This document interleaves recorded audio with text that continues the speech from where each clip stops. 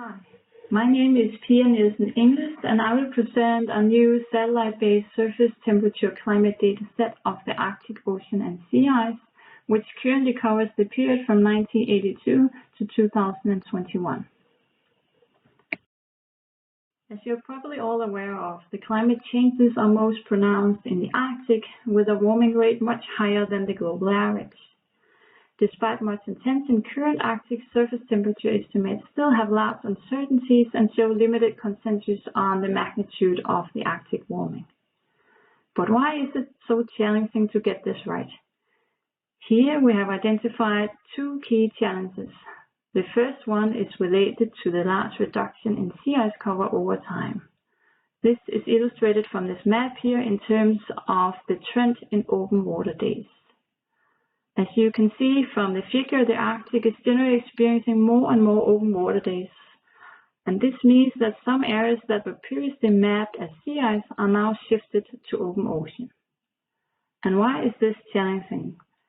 Well, for satellite-observed sea and sea ice surface temperature datasets, it's challenging because these have traditionally been derived and analyzed individually, and it's pretty hard to estimate the temperature trend of an area which keeps changing.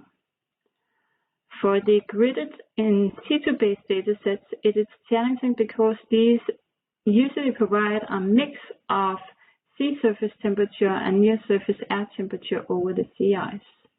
This leads to shifts between the two variables, and this is clearly undesirable in the context of climate monitoring. The second challenge is related to the lack of surface temperature information in the Arctic. Currently, in situ-based datasets don't make any use of the satellite-derived ice surface temperatures over sea ice, which means that the datasets are actually only weakly constrained by in situ observations, which are very sparse, in particular over the sea ice. Lastly, there are many clouds in the Arctic, which limits the extent to which surface temperatures can be retrieved from infrared satellite observations. All of these challenges complicate the surface temperature monitoring of the Arctic. We present the first daily gap-free combined sea surface temperature and sea ice surface temperature climate data record of the Arctic. It covers the sea ice, the marginal ice zone, and the open ocean, as you can see from this map to the very left. And currently it's based on only infrared satellite-derived data sets of sea surface temperature and ice surface temperature, which means that it has gaps due to clouds, as you can see from the second figure. And these gaps are filled using a method called optimal interpolation to produce daily gap-free fields with corresponding uncertainties. The first box here shows all the infrared satellite-observed sea surface temperature and ice surface temperature datasets that are included in the production of the combined sea surface temperature and ice surface temperature climate data record. And this box here shows all the different data sets which are used in the production of our combined and accurate and consistent sea ice concentration field, which is also used in the production of the climate data record. And this box here contains all the in situ data, which is mostly used for validating the sea surface temperature and ice surface temperature fields. And how does the dataset actually perform against in situ observations? That is shown in this slide here. I've included only some of the validation results in the table. And generally, the sea surface temperature shows very good validation results, and it's illustrated here against the drifting buoys.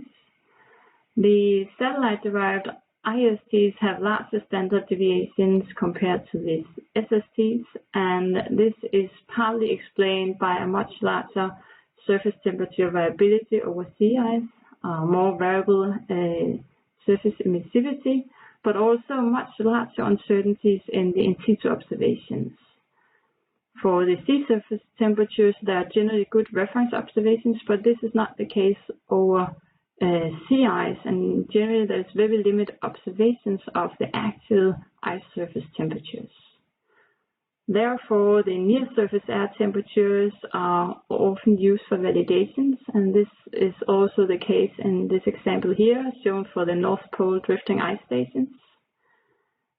The difference in the observation height result, or at least explains part of the large mean difference. So it's related to the actual surface, the actual temperature difference between the surface and the temperature at about 2 meters height. The only source of ice surface temperature measurements that we have used are those from the NASA Ice Bridge flight campaigns, and the figure in the upper right corner shows an example of one of these flight tracks, and the graph shows the temperature of the ice bridge flight in red and the temperature of our product in blue. And generally we have slightly warmer temperatures than ice bridge in our data set. This is the case for this example here, but also when we consider all the different ice bridge flights that we have included, we get an overall mean difference of about 1.5 degrees. To study and assess long-term climate viability and change, the dataset needs to have sufficient stability which cannot exceed the expected magnitude of the climate change signal per decade. These figures here shows the stability it's provided as the mean differences over the time period for the different in situ observations.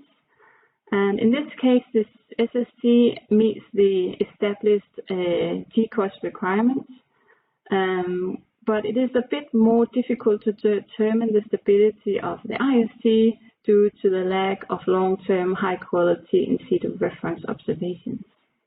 However, if we consider the North Pole drifting ice stations, which covers the longest time period, the IST part also meets the GCOS requirements in terms of stability. This means that the combined SST and IST dataset brings a new possibility for consistent climate monitoring of the Arctic oceans despite the varying sea ice cover. The graph here shows the surface temperature trend in terms of monthly anomalies. It reveals a total surface temperature increase of about 4.5 degrees over this period. The dataset also provides new spatially detailed information over the sea ice, and as you can see from this map here, we have a peak warming in the Barents Sea of up to around 10 degrees. This dataset meets the GRIS specifications, and it is available through this link to CMOS, and it is also available in near real time. Currently, the dataset is based only on infrared satellite observations, which are limited by clouds, in particular in the Arctic. Let's see what the actual satellite coverage look like in our dataset. So let me guide you through the first figure. If you consider the two blue areas as one, you can consider that as the total open ocean fraction over the year. The red ones corresponds to the sea ice fraction. You can see that during winter, the open ocean fraction is at a minimum and the sea ice fraction at a maximum. During summer, the sea ice melts, reaching a minimum coverage in September and a corresponding maximum open ocean coverage at the same time. The darker region shows the part that is actually covered by satellite observations.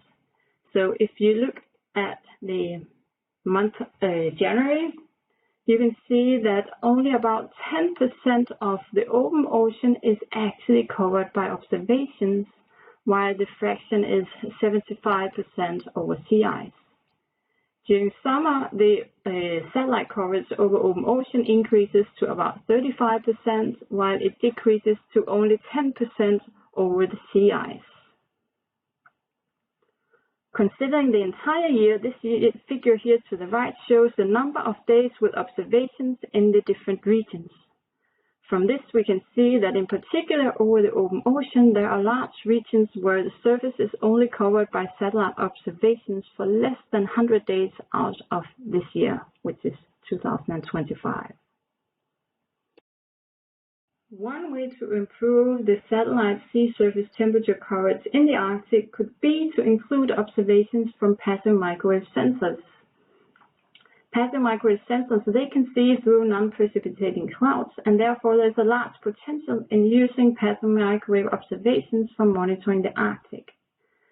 Several microwave missions exist, and new exciting missions are in the pipeline, such as the Copernicus Imaging Microwave Radiometer (SIMR), which is a polar mission designed to provide all-weather, high-resolution, high-accuracy, and sub-daily observations of sea surface temperature and sea ice.